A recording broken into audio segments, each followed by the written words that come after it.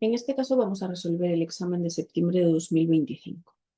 En la primera pregunta nos dice que consideremos un consumidor que gasta toda su renta en tres bienes y que en el equilibrio dedica la mitad de su renta al bien 1, la tercera parte de su renta al bien 2 y nos pregunta, bueno, nos dice que si la elasticidad renta del bien 1 es 5 tercios y la del bien 2 es 0, ¿cuánto sería la elasticidad renta del bien 3? Veíamos en el tema 2 un concepto que era lo que se conocía como la agregación de Engel, que lo que nos planteaba esta agregación de Engel era que si nosotros cogíamos la proporción de renta que se dedicaba a cada uno de los bienes y lo multiplicábamos por su elasticidad renta y las íbamos sumando, eso nos daba 1. Es decir, si vamos cogiendo, pues en este caso nos están diciendo que dedica la mitad de su renta al bien 1. Vale, pues el gasto en el bien 1, o sea, podemos ponerlo así, peso 1 por x1, es la mitad de la renta. Eso es lo que dedica al bien 1. Al bien 2 nos dice que le dedica la tercera parte de su renta. No nos dice cuánto es la del bien 3, pero la podemos sacar. Es decir, si nosotros tenemos aquí un medio más un tercio, esto son 5 sextos, lo que significa que hasta el total de su renta nos queda un sexto para gastar en el bien 3, es decir, el gasto que realiza en el bien 3 sería la sexta parte de su renta. Es decir, si sumamos un medio, un tercio y un sexto, nos va a dar uno, que sería el total de renta. Entonces, tenemos ahí el porcentaje o la proporción de renta que dedica para cada uno de los bienes. ¿Vale? Para el bien 3, ya digo, nos quedaría un sexto. Y luego tenemos las elasticidades. La elasticidad renta del bien 1, que nos plantean que es 5 tercios. La elasticidad renta del bien 2, que bueno, nos dicen que es 0 en este caso. Y nos preguntan la elasticidad renta del bien 3, lo que estamos buscando. Y lo que decía hace un momento, lo que podemos hacer es coger estos tres resultados que tenemos aquí, bueno, la del bien 3 es la que estamos buscando, y utilizándolo con esa agregación de Engel, es decir, aplicándole el porcentaje o la proporción de renta que dedica cada uno de los bienes, pues vamos a sacarle la elasticidad renta del bien 3. Entonces, si dedica la mitad de su renta al primer bien, la proporción sería un medio por la elasticidad renta, que son 5 tercios. En el caso del segundo bien, tenemos un tercio por la elasticidad renta, que bueno, aquí es 0, con lo cual esto se anula, pero bueno. Y para el tercer bien teníamos un sexto por la elasticidad renta del bien 3, que era lo que estábamos buscando, y esto nos da 1. Esto es lo que se conoce como la agregación de Engel, vuelvo a repetir. Esto se nos va porque da 0, obviamente, y simplemente nos queda resolver. Entonces tenemos un medio por 5 tercios, que serían pues 5 sextos, 5 sextos más un sexto por la elasticidad renta del bien 3 igual a 1. Si pasamos esos 5 sextos para el otro lado restando, nos quedaría un sexto, es decir, un sexto por la elasticidad renta del bien 3 es igual a un sexto. Es decir, la elasticidad renta del bien 3 es igual a. Y esto sería lo que estábamos buscando aquí, la elasticidad renta para el bien 3, que en este caso nos da 1. Por lo tanto, respuesta correcta, la B. Era lo que nos estaban pidiendo en este primer ejercicio del examen. Segundo ejercicio. Dice, si las preferencias de un consumidor se representan por la función de utilidad y tenemos ahí una función de complementarios sustitutivos, ¿vale? Nos dicen que M es peso 1 por x1, es peso 2 por x2, esa es la restricción presupuestaria, y nos preguntan la función indirecta de utilidad. Recordemos que en este tipo de funciones de utilidad nosotros siempre teníamos dos tramos con diferente pendiente. ¿Vale? Entonces, si hacemos la relación marginal de sustitución de la primera parte, digamos, lo que nos quedaría sería una relación marginal de sustitución que es derivada con respecto a x1 entre la derivada con respecto a x2, bueno, ya la cojo un valor absoluto, ¿vale? Serían 3 medios y la relación marginal de sustitución de la otra parte del gráfico de la curva de indiferencia sería derivada con respecto a x1 entre la derivada con respecto a x2, que es un tercio. Entonces tenemos esos dos trozos, esos dos tramos en las curvas de indiferencia. ¿Para qué necesito estos dos tramos? Pues para ver cómo serían las funciones indirectas de utilidad. ¿Qué quiero decir? Pues lo que veíamos aquí era que si el cociente entre los precios, o sea, la pendiente de la restricción presupuestaria, era mayor que la relación marginal de sustitución de la parte con mayor pendiente, ¿vale? Es decir, para que Recordéis, ¿vale? Nosotros siempre dibujábamos esto como en un gráfico, dos curvas de indiferencia como que se estaban cortando y nos quedábamos siempre con la parte de fuera, ¿vale? Es decir, de este trozo de aquí arriba, la pendiente, la relación marginal de sustitución sería 3/2 y de esta parte de aquí abajo sería ese 1/3 que hemos calculado. ¿Vale? Entonces, esa sería la curva de indiferencia, nos quedaríamos siempre con la parte que queda hacia afuera y lo que tendríamos que hacer era comparar la pendiente de la restricción presupuestaria con esa relación marginal de sustitución, con la pendiente de la curva de indiferencia.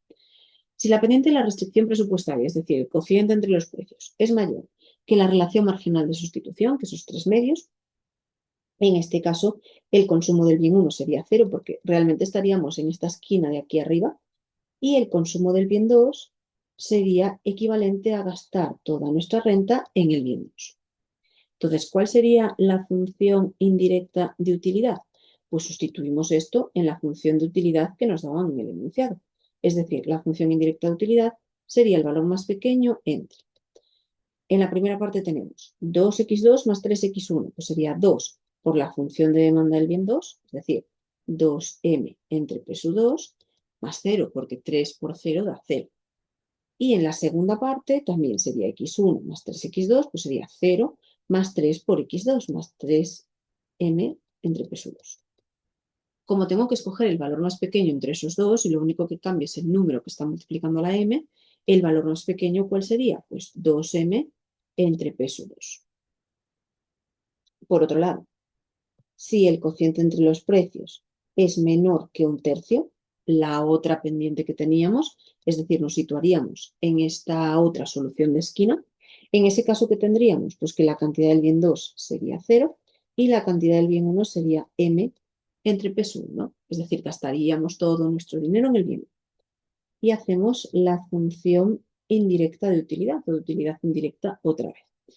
¿Cómo hacemos esto? Pues también el valor más pequeño entre sustituir en esa función de utilidad, que en este caso x2 sería 0 y sustituiríamos x1. Pues sería 0 por 2, o sea, 0 más 3 por x1, pues sería 3m entre P sub 1. Y en el otro, x1, es decir, m entre P sub 1 más 3 por 0, pues m entre P sub 1. Y esto nos quedaría el mínimo, que sería m entre P sub 1. Entonces, básicamente tendríamos una función indirecta de utilidad que es 2m entre P sub 2 en el caso de que el cociente entre los precios sea mayor que 2/3 o m entre P sub 1 en el caso de que sea menor que 1/3. Bien, pues si nos vamos a las opciones que nos dan, lo de m entre P sub 2 no nos da en ningún caso. Sí que es verdad que tenemos m entre P sub 1, pero es en la situación en la que el cociente entre los precios es menor que 1/3, con lo cual no es esa restricción que nos aparece ahí. Y por lo tanto, la respuesta que deberíamos marcar en esta segunda pregunta es la de ninguna de las anteriores, porque no coincide con ninguna de las opciones que tenemos ahí.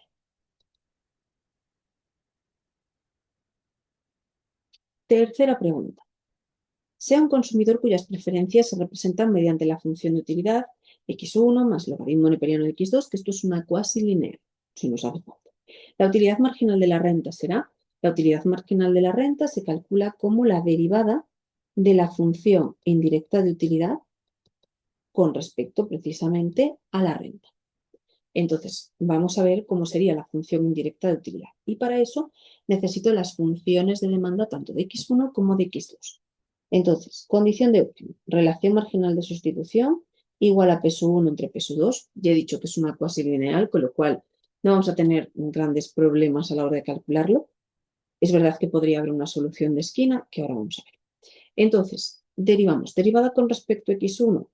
x1 estaba solo en sumando, entonces sería 1 entre la derivada con respecto a x2, que es 1 partido por x2, y esto es igual a P sub 1 entre P sub 2, al cociente entre los precios.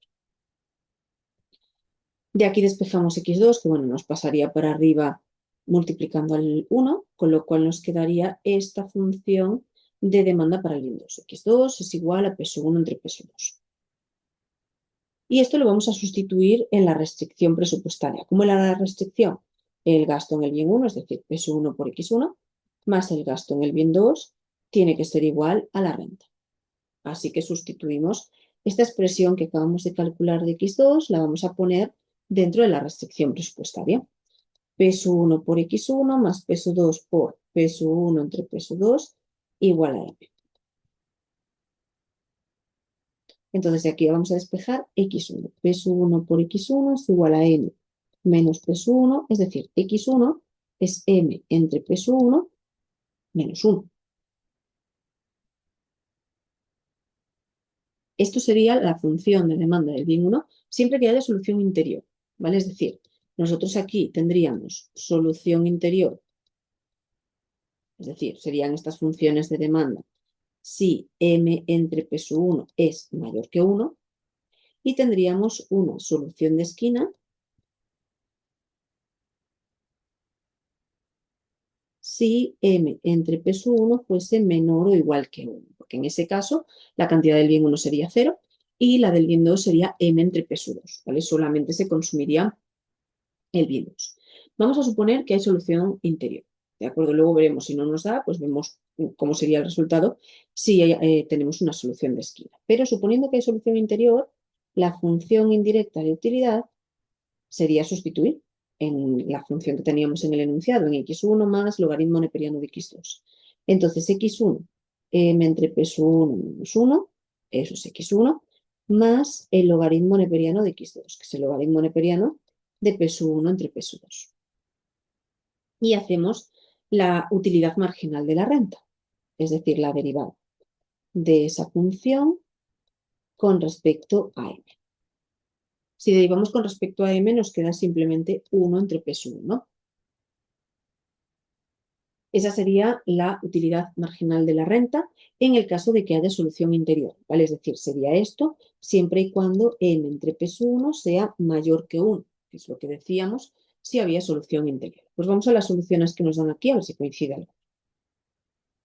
Tenemos aquí que m entre peso 1 sea mayor que 1 en los dos primeros casos. En el primero nos ponen que la utilidad marginal de la renta es 1 partido por la renta, que no sería, pero en el apartado B ya nos aparece la solución a la que habíamos llegado. Por lo tanto, la respuesta B sería la respuesta correcta para este ejercicio.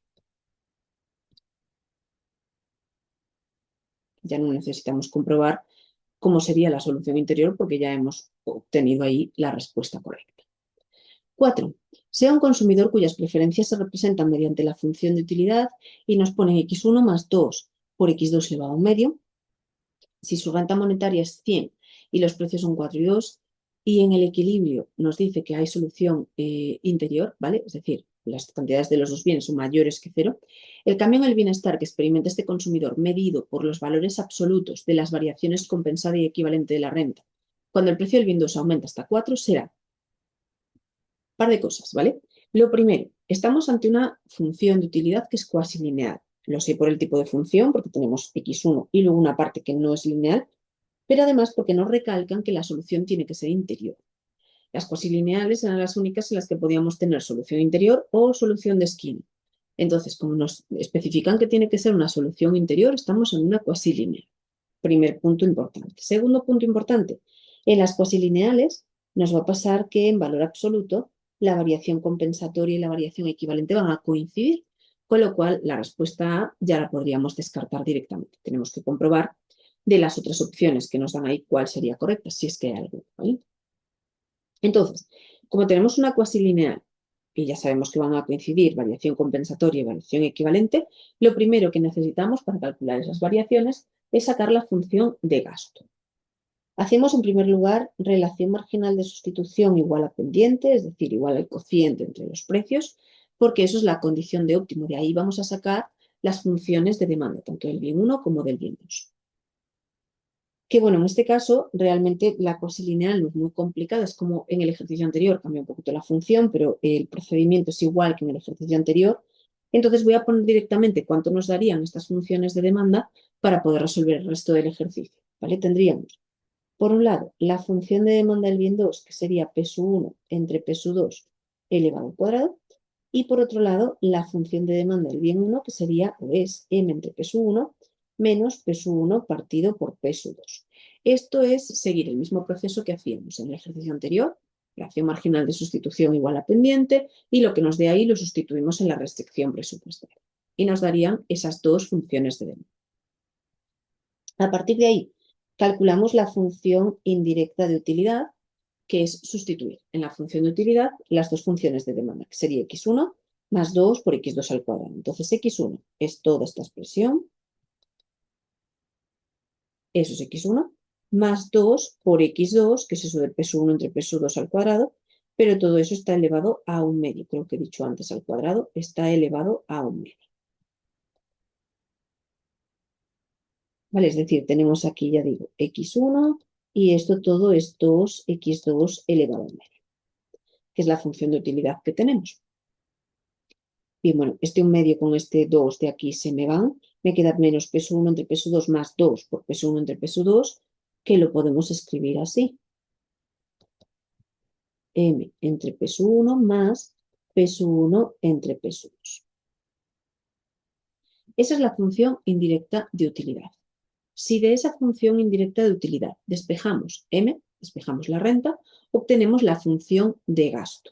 Es decir, si yo de aquí despejo M, me quedaría en función de los precios y de la utilidad, pero obtendríamos la función de gasto. Pasaríamos restando este peso 1 entre peso 2 para el otro lado, ¿vale? Bueno, esto lo cambiaríamos por U, pasaríamos esto restando para el otro lado y luego el peso 1 multiplicando. Y nos quedaría esto, U por peso 1 menos peso 1 al cuadrado entre peso 2. Eso es la función de gasto. Siguiente paso, necesitamos calcular los valores de la utilidad inicial y la utilidad final. Para eso calculamos las cantidades del bien 1 y del bien 2, inicial y final. Entonces tenemos valores iniciales, precio del bien 1, 4, precio del bien 2 inicial, que es 2, y la renta, que es 100. Y de aquí, sustituyendo las funciones de demanda, obtendríamos cantidades iniciales del bien 1, del bien 2, y luego en la función de utilidad, pues tendríamos la utilidad inicial. La función de utilidad o la función de utilidad indirecta es lo mismo, ¿vale? Vamos a obtener el mismo resultado. Una vez que el precio del bien 2 pasa a ser 4, volvemos a calcular otra vez las cantidades del bien 1, del bien 2 y de la utilidad. Sobre todo nos interesa la utilidad, porque luego al final es ir sustituyendo la utilidad con los precios, ¿vale? En la función de gasto. Pero necesito x1 y x2 para poder sacar el valor de la utilidad. Entonces, variación compensatoria. Lo hacíamos comparando en la función de gasto los precios iniciales con la utilidad inicial y los precios finales con la utilidad inicial. Entonces sustituimos en esta función de gasto que habíamos despejado. Utilidad inicial, 27 por el precio del bien 1, que es 4, menos precio del bien 1 al cuadrado, 4 al cuadrado, partido por el precio del bien 2, que es 2. Esto da 100. Y lo mismo con los precios finales, 27 por el precio del bien 1, que se no cambia, que es 4, menos precio del bien 1 al cuadrado entre el precio del bien 2. Y esto nos da 104. Es decir, la variación compensatoria sería la diferencia entre estas dos. Como la vamos a coger en valor absoluto, que es lo que nos importa, pues me da igual el signo, sería 4. La variación equivalente, por teoría, ya tenemos que saber que nos va a dar lo mismo, con lo cual la respuesta correcta aquí sería la C, pero vamos a comprobarlo. En la función de gasto, entonces ahora sustituimos precios iniciales con la utilidad final y precios finales con la utilidad final. La utilidad final eran 26, pues 26 por 4 menos 4 al cuadrado partido por 2 y 26 por 4 menos 4 al cuadrado partido por 4. Y lo mismo, hacemos la resta, la diferencia entre las dos. Me da igual positivo o negativo porque realmente lo que me importa es el valor absoluto y me da 4, que era lo previsible, ¿vale? Me tiene que dar lo mismo que la variación compensada. Por lo tanto la variación compensada como la variación equivalente son 4. Respuesta correcta, entonces, aquí, la respuesta C. ¿Vale? La respuesta C sería la respuesta a la pregunta 4. Ejercicio 5. Nos dicen la función de producción de una empresa que usa 4 factores es el mínimo entre Z1 más Z2 y Z3 más Z4. Si los precios de los factores son 1, 2, 3 y 4, el coste de producir 5 unidades será... Vale, tenemos dos técnicas complementarias que utilizan factores en proporciones fijas, ¿vale? Entonces, lo que hacemos aquí es sumar el coste total es el coste de la primera técnica y el coste de la segunda. ¿Vale? Y esto de las dos técnicas, ¿de dónde lo saco? Pues básicamente de la función de producción. Z1 más Z2 es la primera técnica y Z3 más Z4 es la segunda. ¿Vale? Entonces, la técnica 1 tendría esta función de producción, digamos, el mínimo entre Z1 más Z2. Que claro, cuando estamos en este tipo de situaciones en las que se utilizan los factores de producción en proporciones fijas, se utiliza siempre el más barato.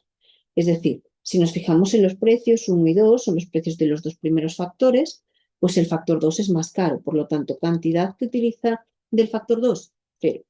O lo que es lo mismo, la producción coincide con la cantidad empleada del factor 1. Y esto ya nos da para calcular el coste total de la primera técnica. Porque el coste, ¿qué es? Pues el precio por la cantidad de cada uno de los dos factores. Como del factor 2 no se utiliza nada, pues el coste total sería el precio del factor 1, que es 1, por la cantidad de producción, que es I. Es decir, el coste de esa primera técnica sería I. Vamos con la técnica 2.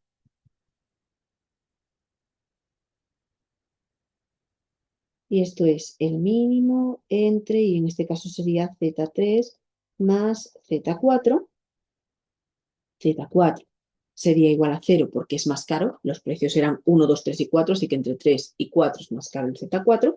Y por tanto la producción aquí sería igual a Z3, a la cantidad de factor de producción 3 que se emplea. Mismo criterio que antes, el coste total en este caso de la segunda técnica es precio por cantidad tanto para la 3 como para la 4, que bueno, la 4 en realidad no se utiliza nada, así que eso se anula. Precio de la técnica 3, 3 por I, por la producción. Es decir, el coste total de esa segunda técnica es 3 por I. ¿Cuánto es el coste total que tiene aquí la empresa? Pues la suma de los dos costes que hemos dicho, es decir, I más 3I. Pues 4I, 4 por la cantidad de producción. Si queremos ver cuánto sería el coste para producir 5 unidades, es cuestión de sustituir. El coste total sería 4 por 5, es decir, 20. 20 unidades sería el coste total que tendríamos en este caso. La respuesta correcta aquí, la opción. El coste total sería 20 unidades. Y es ir sumando los costes de cada una de las dos técnicas que nos planteamos en este ejercicio.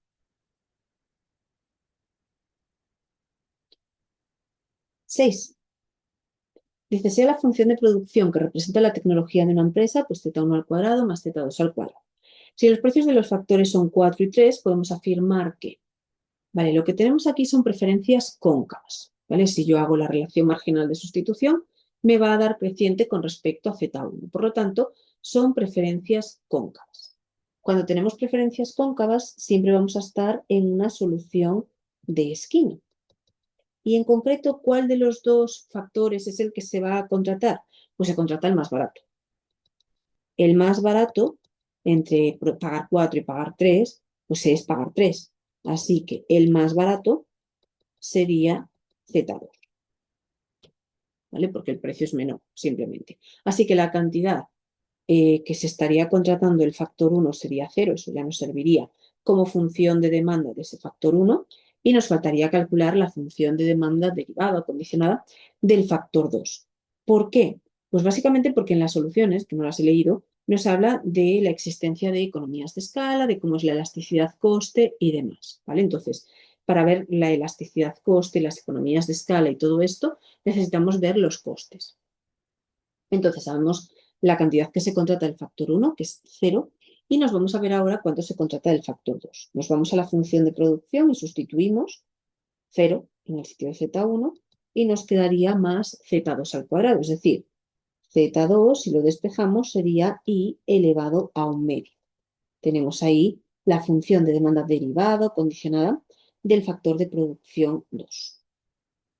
Una vez que tenemos estas dos funciones, ya nos podemos ir a lo que es la función de costes. ¿Cómo sería la función de costes? Pues sería precio por la cantidad del factor 1 y precio por la cantidad del factor de producción 2. Que la del 1 en realidad se anula, porque sería Z1 igual a 0, eso se anula, y nos quedaría un coste, que ya solo va a depender de ahí, que es precio del factor 2, que era 3, por la cantidad, o sea, la demanda condicionada de ese factor, que era I elevado a un medio. Esto sería el coste total de la empresa. Ya he dicho que para hacer la elasticidad-coste necesito coste medio y coste marginal. Entonces vamos a calcular coste medio y coste marginal. Coste medio, el coste entre la cantidad, es decir, 3i elevado a un medio partido por i, o lo que es lo mismo, 3 por i elevado a menos un medio. Coste marginal, la derivada. Derivada del coste con respecto a i. Es decir, en este caso sería 3 por un medio y por i elevado a un medio menos 1, que es menos un medio. O sea, nos quedaría 3 medios por i elevado a menos un medio. Ahora que ya tengo los dos costes, ya puedo hacer la elasticidad-coste. La elasticidad-coste, ¿cómo sería? Coste marginal entre coste medio. Es decir, en este caso 3 medios por i elevado a menos un medio entre 3 por i elevado a menos un medio. La i elevado a menos un medio se nos va, el 3 que tenemos en el numerador y en el denominador también, y por tanto esto nos da una elasticidad-coste que es un medio. Ya sabemos que si es alguna de estas opciones tendría que ser la A. Vamos a ver el tema de las economías de escala. La elasticidad-coste es un medio, es menor que 1. Como es menor que 1, ¿qué significa? Pues que hay economías de escala. Economías de escala o a escala, como le queráis llamar. Y por tanto la respuesta correcta sería la A. ¿Vale? Nos dice que la elasticidad-coste es igual a un medio y que existen economías a escala. Bueno, pues hay economías a escala porque de hecho nos da menor que 1 esa elasticidad-coste. Por lo tanto, respuesta correcta ya digo, la A. 7. Sea la función de producción que representa la tecnología de una empresa A por Z1 elevado a un medio más Z2. Otra vez volvemos a tener una cuasi lineal. Siendo el precio unitario los factores Q sub I, nos dice que la función de demanda condicionada del factor 1, es decir, Z1, será, y nos dan ahí varias opciones. Entonces, como es una cuasi lineal, vamos a tener aquí la ambigüedad de saber si es una solución interior o una solución de esquina. Vamos a calcular las funciones de demanda condicionadas, tanto de Z1 como de Z2, para ver la restricción para la solución interior. Por eso necesito la de los dos. Entonces, lo que hacíamos aquí era relación marginal de sustitución técnica igual al precio del factor 1 entre el precio del factor 2. Lo mismo que con los individuos, pero ahora con la función de producción. Así que hacemos derivadas parciales. Derivada con respecto a Z1, que sería A por un medio y por Z1 elevado a un medio menos 1, que es menos un medio, entre la derivada con respecto a Z2, que es 1. Y esto es igual a Q sub 1 entre Q sub 2. Y aquí vamos a despejar ya Z1, ya nos va a dar la función de demanda derivada condicionada a este factor. Esto lo podemos escribir así, A entre 2 por Z1 elevado a un medio igual a Q sub 1 partido por Q sub 2. De aquí pasamos el Z1 para el otro lado multiplicando, es decir, A por Q sub 2 entre 2 por Q sub 1 es igual a Z1 elevado a un medio, o lo que es lo mismo, Z1 es A por Q sub 2 entre 2 por Q sub 1 elevado al cuadrado. Esa es la función de demanda condicionada del bien 1, siempre que haya una solución interior, ¿vale? Porque si no cambiaría. Esta es la solución interior. Llevamos esto a la función de producción. La función de producción era esto, A por Z1 elevado a un medio más Z2. Pues sustituimos Z1. A por A Q sub 2 entre 2 Q sub 1 al cuadrado y todo esto elevado a un medio más Z2. De ahí despejamos Z2, ¿vale? Para empezar, el 2 con el 1 medio se nos van. Y como tenemos aquí una A y aquí otra, pues en realidad la A me va a quedar elevada al cuadrado. Todo lo demás me queda con exponente igual a 1.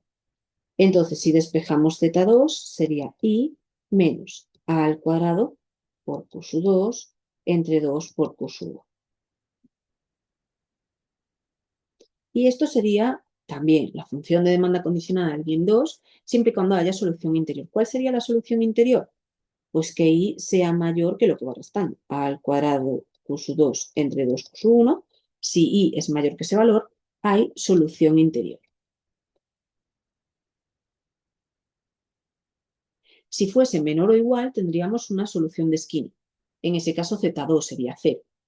Vale, entonces, lo voy a poner por si acaso. Si fuese menor o igual que a al cuadrado por q sub 2 entre 2 por q sub 1, en ese caso, z2 sería 0 y nos quedaría que i, o sea, la producción, solo depende del factor de producción 1. Tendríamos que despejar de ahí z1. Y si despejamos z1, pues nos quedaría i partido por a, todo esto elevado al cuadrado. Entonces vamos a ver de todas estas opciones cuál nos aparece aquí.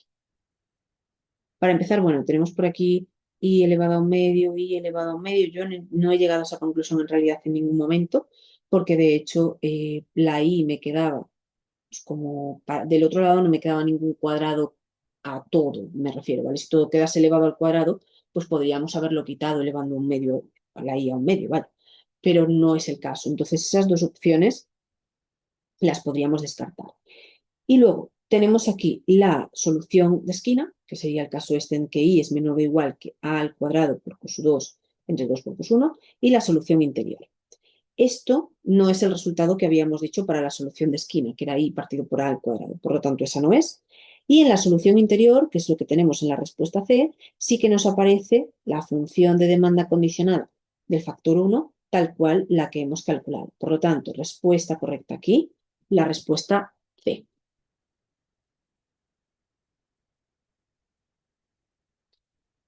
Pregunta número 8. Nos dice, en el mercado de un bien homogéneo actúan 5 empresas que se reparten el mercado respondiendo cada una de ellas a las variaciones en la cantidad producida o vendida por las otras de una manera estrictamente mimética. Es decir, tenemos 5 empresas, es lo primero que nos dice, y que todas son exactamente iguales. Si el índice de Lerner de cada empresa es 0,5 para las 5 empresas, el valor absoluto de la elasticidad de la demanda de mercado será el índice de Lerner, cuando queremos relacionarlo con la elasticidad, era 1 entre n por el valor absoluto de la elasticidad. Es decir, es verdad que el índice de Lerner era precio menos coste marginal partido por el precio, pero también teníamos esta relación con la elasticidad. Entonces, si tenemos 5 empresas en S5 y sabemos que el índice de Lerner es 0,5, pues 0,5 es igual a 1 entre 5 por esa inversa de la elasticidad. Pasamos el 5 para el otro lado multiplicando, nos quedaría 2,5, que es igual a la inversa de la elasticidad. 2,5 son 5 medios, entonces si yo le doy la vuelta, es decir, si quiero calcular la elasticidad, me quedaría 2 quintos. Que ninguna de las opciones nos pone fracciones, pero 2 quintos es lo mismo que 0,4. Por lo tanto, la elasticidad sería esto, 0,4, que es lo que tenemos en la respuesta B, ¿vale? En el apartado B de esta pregunta. 9. En el mercado de un bien homogéneo operan dos empresas cuyos costes de producción son, bueno, nos ponen 12 y 1 y 10 por I sub 2, donde I sub I es la cantidad producida por cada empresa. Si de la demanda de mercado se conoce que su elasticidad es constante igual a menos 2, siendo SI la cuota de mercado de cada empresa, señala la afirmación falsa. Vale, nos pide la falsa. Y nos van dando aquí datos de si las empresas se comportasen como un duopolista de Cournot. Nos dice que la participación de cada una sería S2 mayor que S1. Esto lo podemos ver simplemente fijándonos en los costes, ¿vale? La empresa 2 tiene menor coste marginal que la empresa 1, por lo tanto lo lógico es que la participación sea mayor, pero también lo vamos a calcular. La participación se puede calcular como 2 por el precio menos el coste marginal de cada una entre el precio. El precio es el mismo. Lo que va a cambiar aquí es el coste marginal.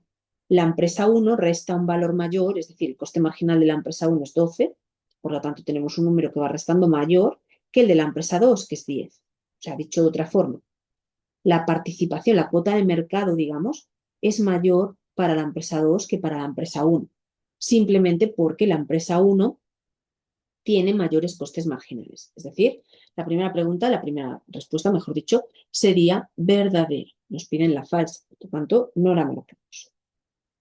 La B nos dice, si las empresas forman un cártel para maximizar el beneficio conjunto, la participación de la empresa 1 será cero. Vale, si forman un cártel, el tema que tenemos aquí es que el ingreso marginal tiene que ser igual al coste marginal de la empresa 1 e igual al coste marginal de la empresa 2. ¿Qué nos pasa con la empresa 1? Pues que tiene un coste marginal mayor. Es decir, como tiene mayor coste marginal, la cuota de mercado de esa empresa va a ser cero. Por lo tanto, lo que nos dicen en la B también es correcto.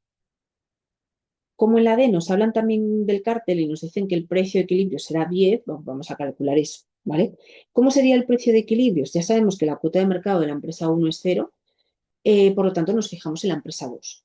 Sería precio menos coste marginal entre el precio, que es igual a la inversa de la elasticidad. La elasticidad nos decían en el enunciado que en valor absoluto, bueno, nos daban directamente con signo negativo, nos decían que la elasticidad era igual a menos 2. Vale, pues lo cogemos en valor absoluto. Esto sería P menos 10 entre P, que es igual a 1/2.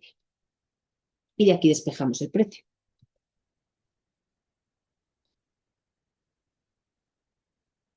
0,5 por el precio, que es igual a 10, es decir, el precio sería 20. Por lo tanto, esta última ya me ha fallado, ¿vale? Esta sería la falsa, ¿vale? El precio no sería 10, el precio, si forman un cártel, sería 20. Y vamos a comprobar la C, aunque bueno, ya hemos encontrado la falsa, pero vamos a comprobarla. La C nos dice que el precio de equilibrio en el modelo de Bertrand será 10. El precio de equilibrio en el modelo de Bertrand es el precio de equilibrio en competencia perfecta. Lo que pasa es que aquí tenemos dos empresas, una con un coste marginal que era de 12 y la otra de 10. El precio va a coincidir con el coste marginal más bajo, es decir, 10. Por lo tanto, lo que nos dicen ahí de que el precio es igual a 10 en el modelo de Bertrand, sí sería correcto, ¿vale? En el modelo de Bertrand coincide con el coste marginal más bajo el precio. O sea que la falsa, pues la que habíamos marcado, la respuesta D. Y llegamos a la última pregunta que nos dice aquí, una empresa monopolista cuyos costes totales se representan mediante la función x al cuadrado entre 2 más 4x, tiene dos mercados potenciales, siendo la función de demanda del segundo mercado 10 menos peso 2. Actuando como discriminador de precios de tercer grado, si en equilibrio la elasticidad precio del primer mercado es 2,33 y la cantidad total vendida en ambos mercados es 4, se verifica que, y nos dan varias opciones. Pues tenemos que ver cuál es la correcta. Pues lo primero que voy a hacer, como estamos en una situación de monopolio y demás, es buscar el punto en donde se maximizan beneficios. Porque es verdad que por aquí nos hablan de bueno, la cantidad que venden cada uno de los mercados, los precios y demás. Entonces vamos a calcular eso en primer lugar. ¿Cómo hacemos en el monopolio? Pues buscando el punto en donde el ingreso marginal coincide con el coste marginal. Claro, tenemos dos mercados y yo solamente tengo la función de demanda de uno de ellos, que es el segundo. Pues vamos a ver si lo podemos sacar con ese segundo mercado. Coste marginal, la derivada del coste con respecto a la cantidad, que en este caso sería pues 2x entre 2, es decir, x más 4. Eso es el coste marginal. Y luego tenemos del segundo mercado la función inversa de demanda, que es esto 10 menos peso 2, que podemos, perdón, la función directa de demanda. Debemos sacar la función inversa, que sería 10 menos x2. Y de aquí obtenemos el ingreso marginal para ese mercado. Nunca olvidemos que el ingreso marginal siempre tiene el doble de pendiente que la demanda. Es decir, si en la demanda la pendiente es 1, como aquí, pues en el ingreso marginal es 2. 10 menos 2x2. Y sabemos además que la cantidad total es 4. ¿Vale? En total se venden 4 unidades entre los dos mercados. Bien, pues vamos a hacer ingreso marginal del mercado 2, que es el que tenemos, igual a coste marginal. 10 menos 2x2 es igual al coste marginal. ¿Cuánto es el coste marginal? Pues x más 4. Pero ojo, porque sabemos que x vale 4, ¿vale? Se están vendiendo en total 4 unidades. Pues 10 menos 2x2 es igual a 4 más 4, que son 8.